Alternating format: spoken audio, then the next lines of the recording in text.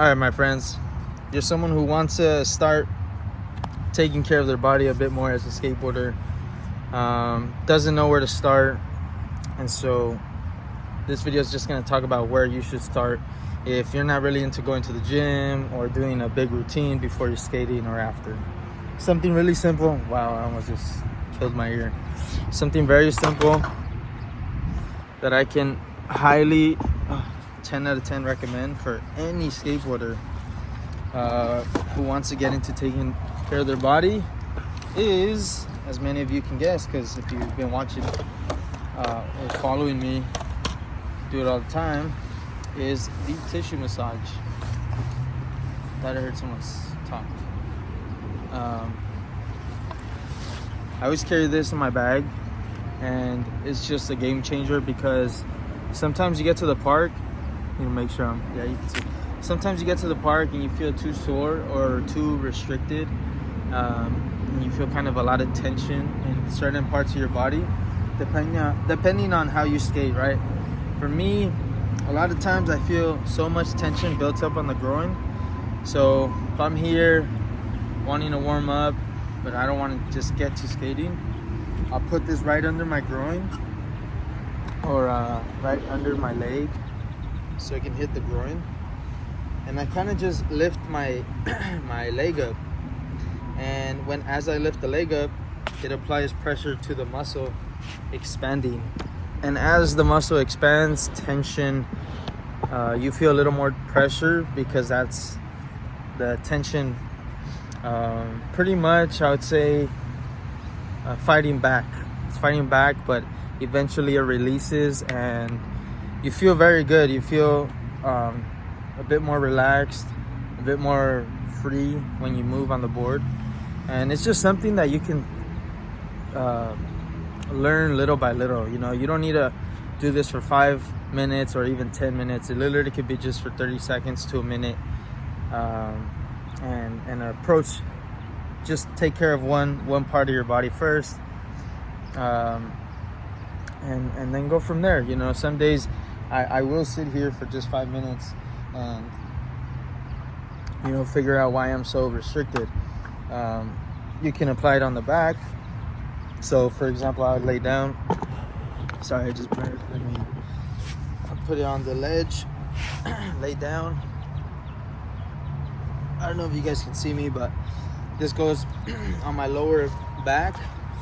My left side holds so much tension, so generally it's on that side.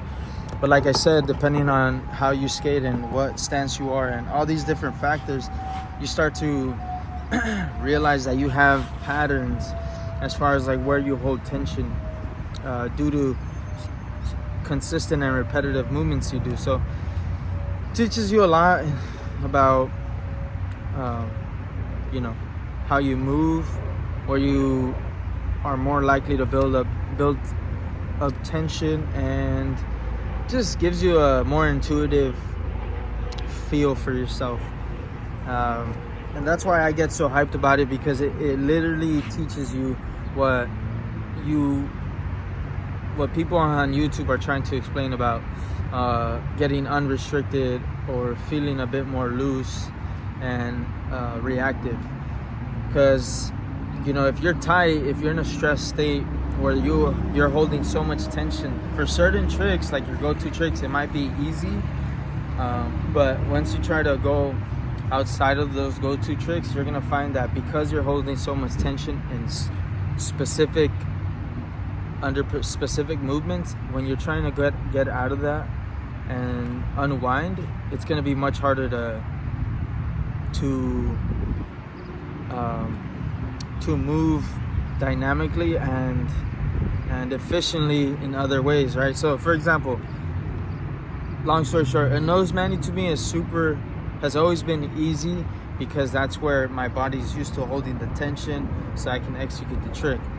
But if before, in the past, when I would go to do a switch nose mani, because my body's not used to holding the tension in the opposite side, I would always fall back, lose balance, and could never really figure out how to stabilize myself until I understood a bit more about how to mimic what I do for my regular nose manuals. And so that's pretty much what you do, little by little, as you learn how to use this tool to unrestrict yourself and hydrate the fascia, because the whole idea is you're releasing tension from your fascia, your muscles, and basically that whole system that your fascia is attached to, which are your tendons, your bones, your muscles. And it's just really interesting because sometimes we think that we need a whole day to recover, but if you were to just apply certain methods into your practice of recovering, you can speed up that process, and maybe not even to skate, but also just to walk around more comfortably, to do other things you like. I like playing basketball. I don't do it as much now, but before, when I was not fully recovered, I wanted to go skate. I wanted to go play basketball, but because I wasn't fully recovered, I was like, I hesitated pretty much. And so I stopped myself from playing and enjoying something else that I really enjoy. So long story short, whether it's for skateboarding or not, this is going to help you recover and be more mobile and efficient with your movement, whether it's on or off the board. And that's something I really want to focus on this channel, is just having a mindset that's going to allow you to skate and do things outside of the board as a skateboarder. Because sometimes, from my experience, I've been around skaters who have a mindset of it's all or nothing, right? So I find that they get super sore, they get super hurt, and then they're like, nah, I just need a whole break, I can't even touch the skateboard. And then I see them playing basketball or just doing other things, and that's fine. I just think, from my perspective, it seems as if they get burnt out to a point where they get kind of sick of skateboarding, when if you just implement tools such as this and kind of learning how to maintain your own system of skating, whether that's like skating every day for an hour or skating 3 times a day for a long time. I just kind of want to go into that and how we should approach that, because many times no one tells us how to approach skateboarding. It's just very general, like just have fun with it and it'll be fine. But the thing is, it's really hard to have fun when you're in pain, or when you're holding so much tension on your shoulder or your neck or certain parts of your body. So my thing is really just know how to maintain and how to recover efficiently, so that you can actually have fun with skating. Like right now, I got to the skate park. I'm not really eager to get on the board, but I realized that if I did get on the board without doing some of this little tissue work, it wouldn't be as enjoyable, because I am a little sore, and if I just kind of want to, I'm a little restricted. I wouldn't say sore, I'll say restricted, because I did skate earlier, been skating a lot lately, and so literally just takes me 2 minutes. If I wasn't explaining this, I'd just be here for 2 minutes. I feel loose already, and so I just get on and have this much of a better session.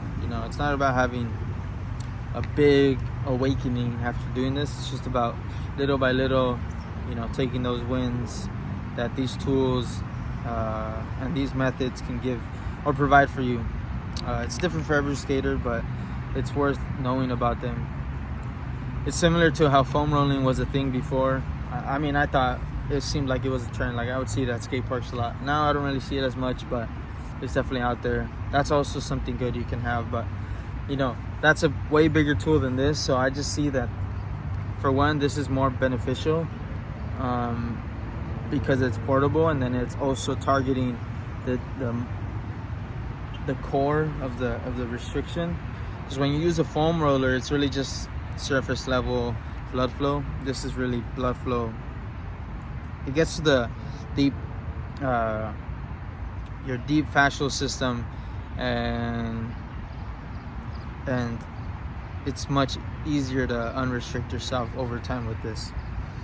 But yeah, long story short, like I said, if you're looking to get into maintaining your skateboarding ability, or even just improving your recovery, so that you can skate and do things off the board as well, I would highly suggest looking into one of these. They're only like $6 in Target. I'm sure you can probably find one for less. You know, the softer it is, it's like entry level. The harder it is, that's more, you know, hardcore, when you can handle that tender feeling that you get doing this. But anyways, if you like this short conversation I had with you just now, subscribe. There's gonna be much more videos about this. Like, comment, you know, ask questions. I'm all for it. I do skate coaching. I've been a skateboarder for 18 years. I think I did the math yesterday on a live. So I've had my fair share of W's, my fair share of L's, and I'm just here to grow this channel alongside that conversation. So yeah, until next time, lates.